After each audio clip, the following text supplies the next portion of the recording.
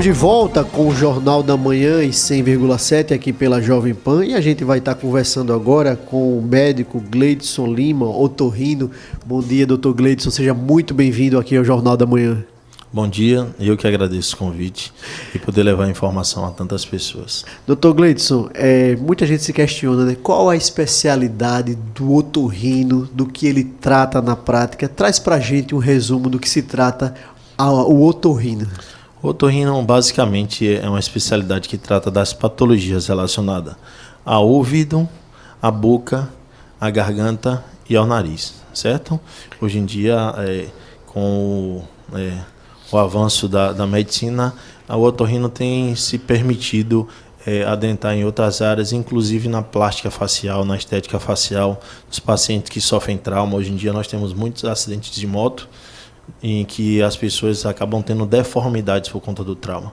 Então, o otorrino, por conhecer bem essa anatomia da face, a gente acabou que abraçou essa parte também e acabamos nessa parte de reestruturação de ossos da face e de estética facial. Doutor Gleidson, quando a gente colocou no nosso portal da Folha de Alagoas e no nosso Instagram, que você viria aqui, a gente abre uma caixinha de perguntas na Folha de Alagoas, e aí tem muitos questionamentos, e uma grande gama desses questionamentos é a questão dos ites, a sinusite, a rinite, e um dos questionamentos era: tem tratamento? É paliativo? Ou seja, existe tratamento na prática para essas pessoas que sofrem no cotidiano com essas questões do espirro, aquela coriza, aquela coceira toda? Existe essa questão da cura de fato? Tratamento existe, né? Assim, são patologias diferentes. A rinite é um processo alérgico, é uma exacerbação do sistema alérgico contra qualquer alérgeno. Um exemplo que eu dou é, por exemplo, as pessoas que não têm rinite alérgica, se você inala um grão de ácaro ou um grão de poeira, uma pessoa alérgica que tem rinite alérgica, ela vai espirrar 10 vezes, 500 vezes, vai corizar o dia inteiro. Uma pessoa normal, esse mesmo grão, esse mesmo alérgeno penetra no nariz, você dá um espirro e resolve, né? Então, a rinite alérgica é um processo alérgico, como uma pessoa que desenvolveu tem alergia a camarão, alergia de pirona, ela vai ter isso a vida inteira. A rinite alérgica também, ela vai ter a vida inteira. Doutor, então, não tem rapidinho, cura. Tem uma predisposição também genética ou não? Tem. Os pais que têm rinite alérgica tendem a passar para os seus filhos e vice-versa, né? E assim sucessivamente, melhor dizendo. Então, a rinite, ela tem um tratamento. Nós hoje temos uma gama muito grande, um arsenal muito grande de medicações que controlam quase por completo os sintomas da rinite alérgica. Então, a rinite alérgica é uma doença que tem tratamento. A sinusite é uma doença que tem cura. As pessoas dizem: eu tenho sinusite desde a infância. Acredito, tem pessoas que têm sinusite crônica. Tem pessoas que têm sinusite porque desenvolveram um resfriado comum, o resfriado evoluiu para sinusite, e a gente faz o tratamento com antibiótico, melhor ela não tem mais nunca. Ela tem pessoas que têm a sinusite a vida inteira e acham que não tem tratamento porque já estão acostumados com aquele padrão respiratório, com a secreção, com a obstrução nasal, com a voz anasalada. Mas a sinusite existe tratamento cirúrgico e tratamento cirúrgico definitivo. Tem uma relação direta com desvio de septo, adenoide, essas coisas assim? Tem. Uma coisa provoca a outra? Assim, não que uma coisa provoca a outra. A obstrução nasal ela é piorada, certo?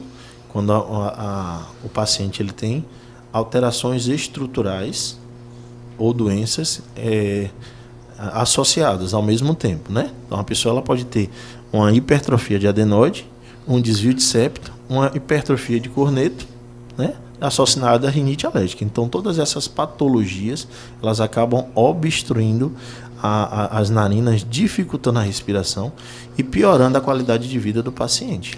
Doutor Gleidson, muita gente fala que chupei picolé, sorvete, dormi com a cabeça molhada, enfim, tomei banho de piscina, tomei banho de mato, me molhei na chuva.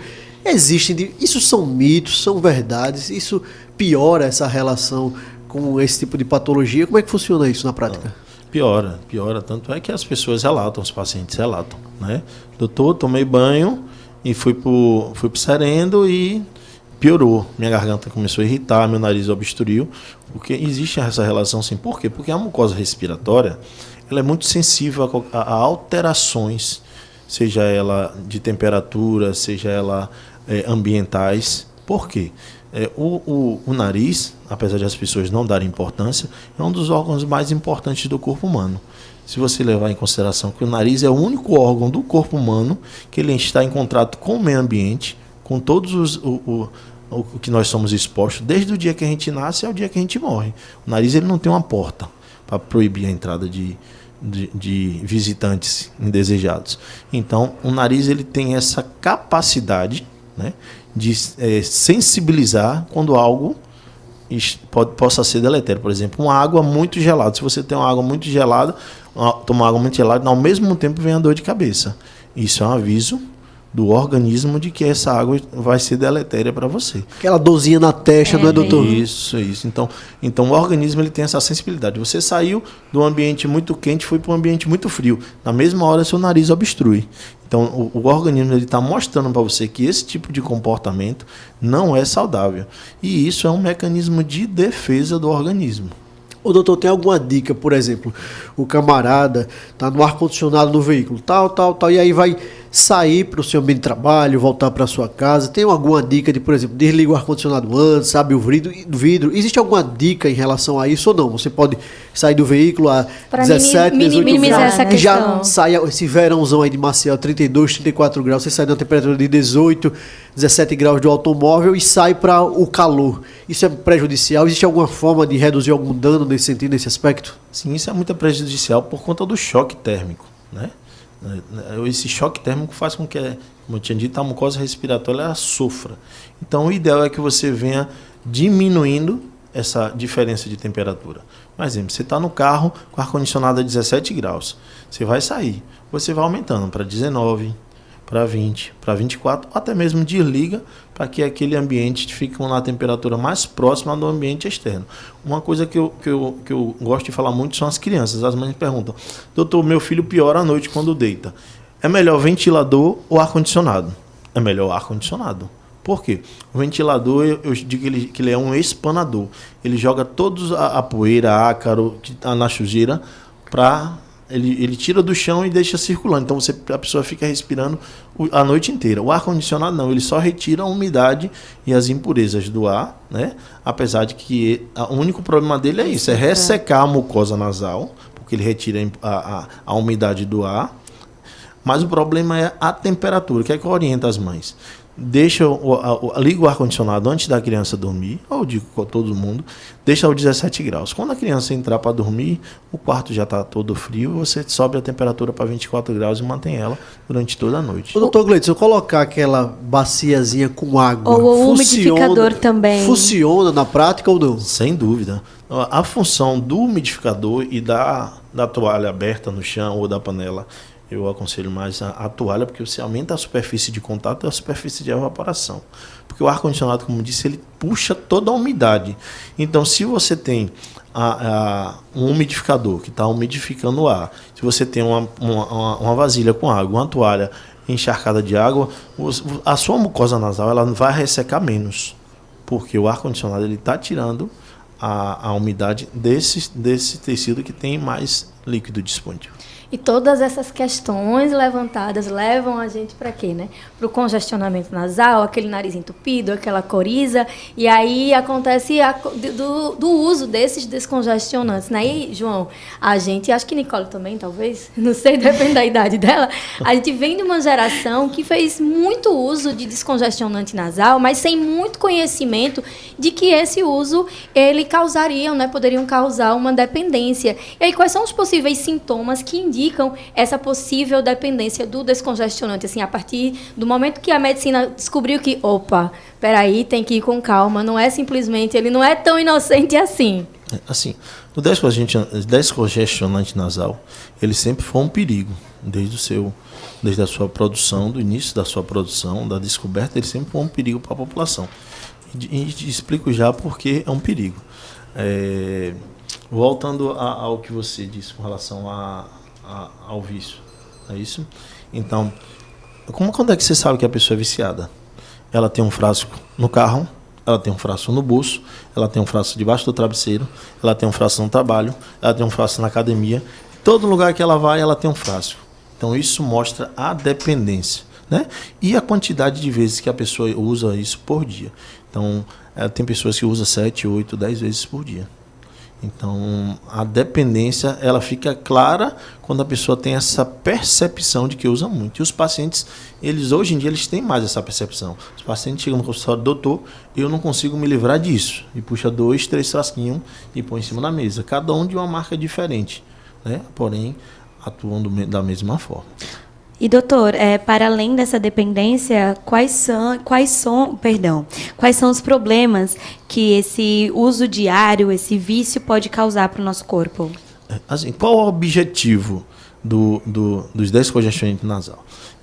O nariz, ele é, como eu disse, ele é muito importante. Ele tem estruturas no nariz que são ricamente vascularizadas. Tem muitos vasos, veias, artérias, que estão ali com um propósito. É umidificar, filtrar e aquecer o ar para ele chegar em uma temperatura e uma umidade ideal nos pulmões, para que haja a troca gasosa e a pessoa receba o oxigênio da melhor maneira possível, certo? Então essas estruturas, elas não estão lá por acaso. O que é que o vasoconstrictor ele faz? Esse descongestionante, ele diminui o calibre desses vasos, fazendo com que o sangue não chegue na quantidade adequada para o nariz, e fazendo com que as estruturas elas murchem, dando aquela sensação de que o nariz está mais aberto. Qual o problema dessas medicações? O problema dessas medicações é que o efeito dela é muito curto, certo? E quanto mais você usa, mais rápido o efeito passa e mais você precisa usar. Porque o mecanismo ele entende que quando você usa a medicação, que aquela estrutura ela não está funcionando bem. E o que o organismo faz? Manda mensagem para o cérebro, olha, aumenta o sangue naquela região porque está com pouco sangue, o oxigênio que está chegando no pulmão não está legal, vamos aumentar a estrutura do nariz para melhorar.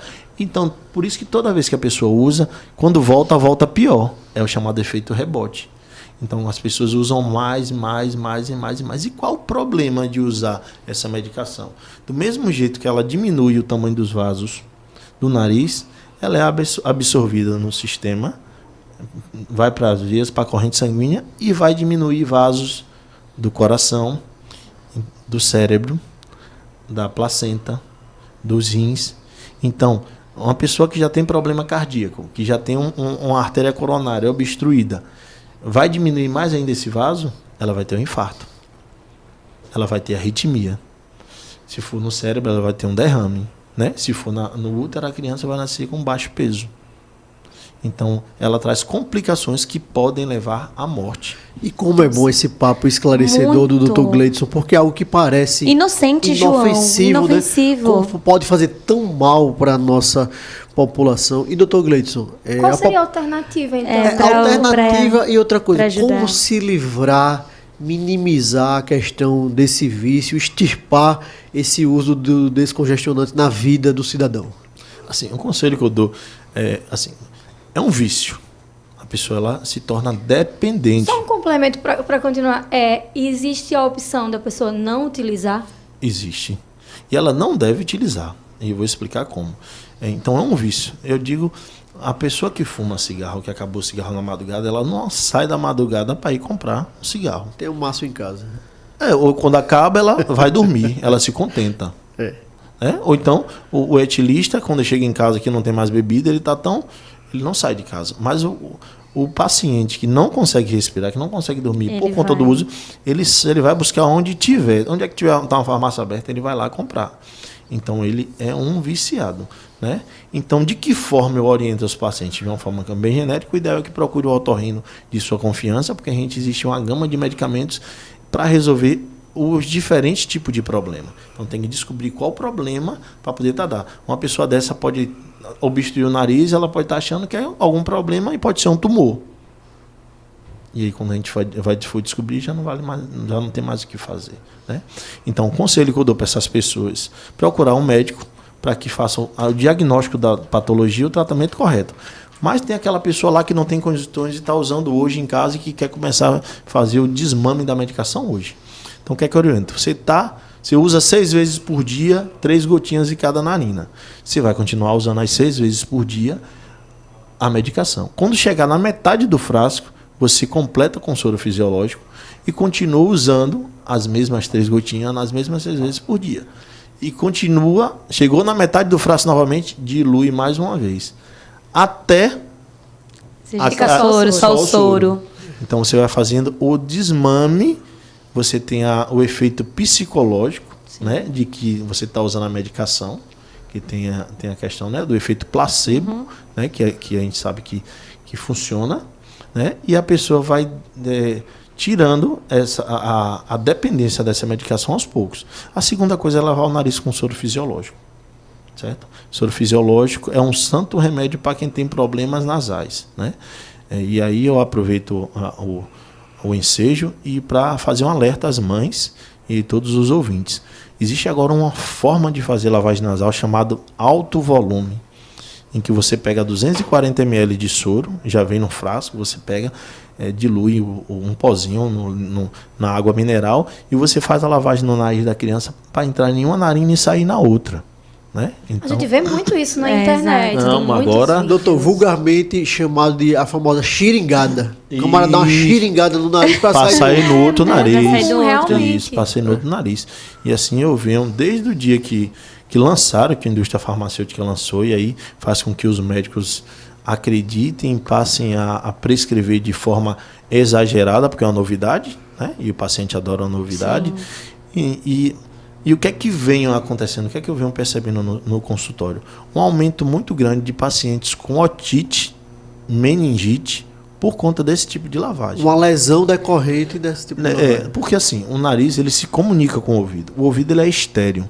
Não tem bactérias na parte interna do ouvido, certo? Que é uma parte muito sensível. Vale lembrar que o ouvido tem os menores ossos do corpo humano e é responsável pelo equilíbrio e pela audição. 2 órgãos extremamente importantes, sensoriais e importantes. Então, o nariz ele é cheio de bactérias e vírus, como eu já disse. Então, o nariz ele tem um volume de 10 ml, vamos exemplo. Um nariz de um adulto, pequeno. Aí você coloca 240 ml em uma narina para sair numa outra, né, um jato muito forte. O que você acha que isso vai acontecer? No mínimo, uma agressão física, né? Pela agressão física. E existe um detalhe que existe um tubo que comunica o ouvido ao nariz. Quando você viaja de avião, você sente aquela despressurização, aí você aperta o nariz, aquele tamponamento, aquele barulhozinho, porque existe essa comunicação. Esse tubo ele serve para equalizar a pressão do ouvido através do nariz. A partir do momento que você joga soro muito forte, com muita quantidade no nariz, você acaba levando soro, bactérias por esse tubo até o ouvido, gerando infecções de ouvido de repetição em crianças que nunca teve. Por isso perguntou, doutor, por que meu filho está 1 mês com antibiótico e não melhora? Porque tratar infecção no ouvido é muito mais difícil que tratar uma sinusite, que tratar uma rinite, que tratar uma amidalite. E qual o problema disso? O problema disso, além do risco da criança perder a audição, de desenvolver tonturas a vida inteira, é o risco de você desenvolver meningite, né? Eu estava com uma colega profissional da área de saúde que passou com a filha 6 meses na UTI, morre, mas não morre, provavelmente por conta de lavagem de alto volume. Teve uma criança na Bahia que morreu por conta de uma lavagem de alto volume que a enfermeira fez dentro do hospital. A criança broncoaspirou, a secreção foi para o pulmão, ela teve uma pneumonia, uma parada cardíaca.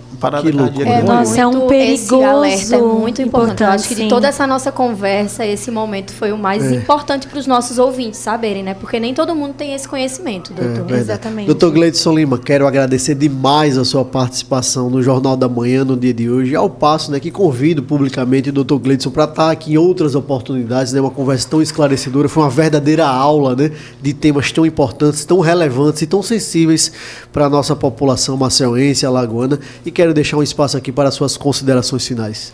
Assim, eu que agradeço o convite, né? E assim, as orientações que eu dou para a população é aqui, as orientações básicas, né? Ter uma boa alimentação, ingerir bastante líquido na época do verão. As crianças agora, não ficar muito tempo na água do mar. A cada meia hora na água do mar, na água da piscina, tem que ficar meia hora fora por conta das otites, né, das otites de repetição, chama otite do nadador, né? Então há um grande número de infecção, né? As mães hidratar bem as crianças, e é o primeiro sintoma de qualquer patologia no nariz, no ouvido, não colocar cotonete. Cotonete é proibido, né? Se você olhar no fundo da caixa do cotonete, está lá proibido colocar no ouvido. Então é proibido colocar o cotonete, nem que seja na entrada do conduto, é proibido. Então se alimentar bem, fazer uma atividade física, e é o primeiro sinal de rinite, sinusite, febre, tosse, secreção, dor de ouvido, perda de audição, otalgia, dor de ouvido. Procurar o especialista o mais rápido possível, porque são doenças que, se elas evoluírem com complicação, pode levar à morte. Dr. Gleidson Lima, mais uma vez, muito obrigado aqui pelas orientações, por esse bate-papo tão bacana. Quero agradecer também a presença aqui, sempre na bancada, das minhas queridas companheiras Nicole Melo, Natália Barros, o Claudio Stone na técnica, o Mailson Franklin nas ruas de Maceió, junto com o Geraldo Salgueiro. Muito obrigado a todos vocês e até segunda-feira, se Deus quiser. Tchau, tchau, ouvinte. Até segunda-feira.